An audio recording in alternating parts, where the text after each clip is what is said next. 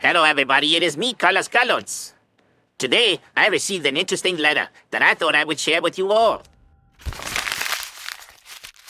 The letter states, Dear Sir.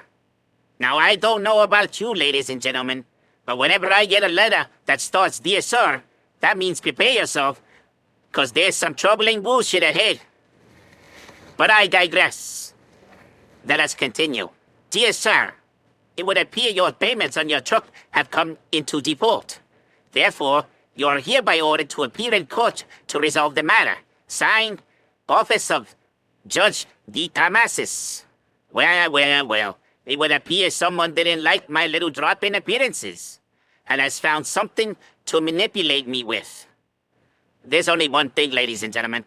I don't have no payments on the truck. I bought that truck with cash, and it's mine. Well, I better prepare for court.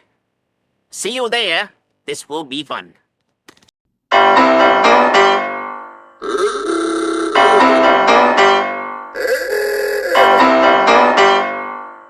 Well, if it isn't Mr. Carlos Carloads, we meet again, sir. Yes, it would appear that you have orchestrated that quite well.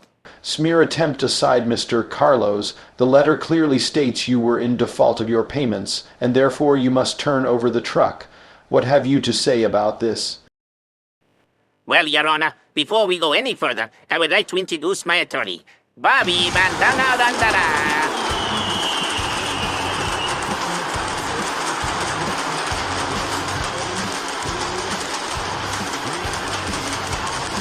Well, isn't that quite the intro, Mr. Bandana? Hello, Your Honor. I am Bobby Bandana, attorney at law. I am here mostly to oversee the matters, as Mr. Carlos will practice his constitutional right to free speech and speak for himself mostly. I will only interject if needed. Thank you. As you wish. Let's get to the matter, Your Honor. The letter sent to me and the one in your possession is a fraud, a fake. There is no money door in my truck. I own my truck outright the day I paid cash on it. Ladies and gentlemen of the courtroom, brace yourselves for a legal odyssey through the enchanting realms of fake and fraud. With the finesse of a linguistic virtuoso, I shall navigate this sea of statutes and subsections, invoking the wisdom of legal sages from times immemorial.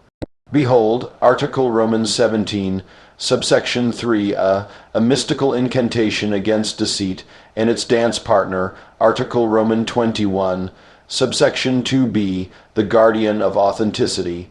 As we meander through this legal tapestry, fear not, for I shall illuminate the shadows with the radiant brilliance of legal enlightenment.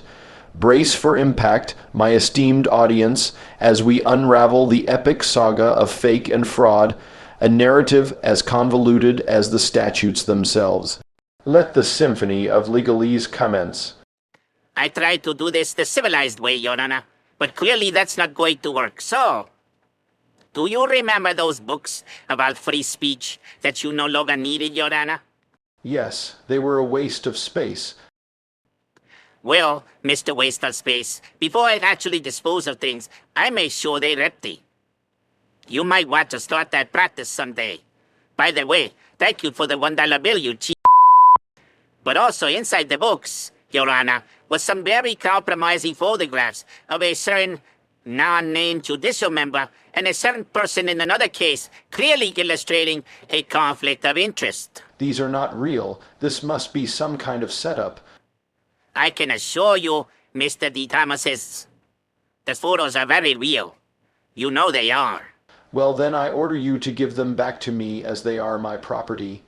Actually, Judge, they are my property now, and I plan to give them back. But it's time for us to play ball first.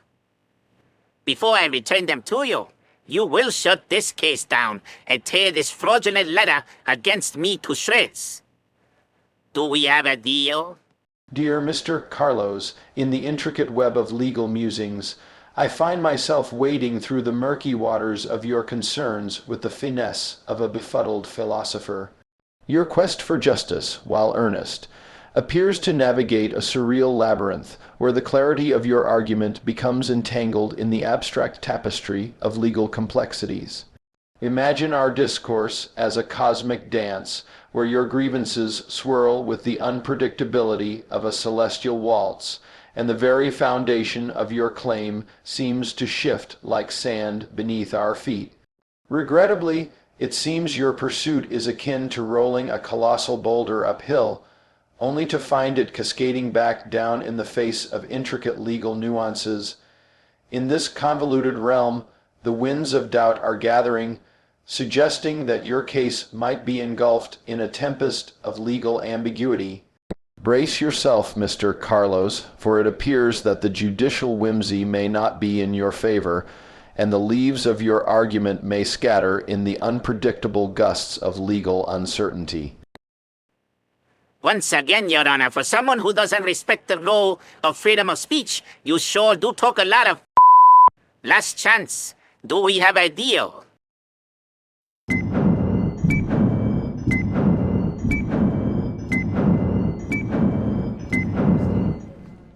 I hereby rule the letter against Carloads to be a fraud and to be shredded.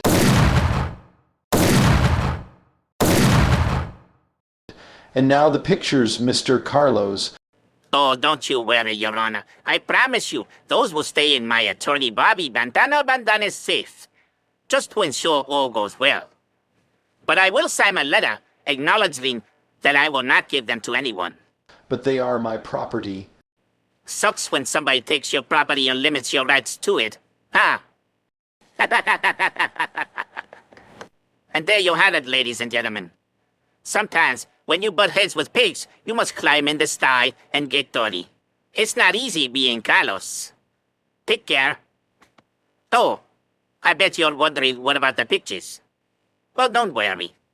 Carlos wouldn't do you like that. Enjoy.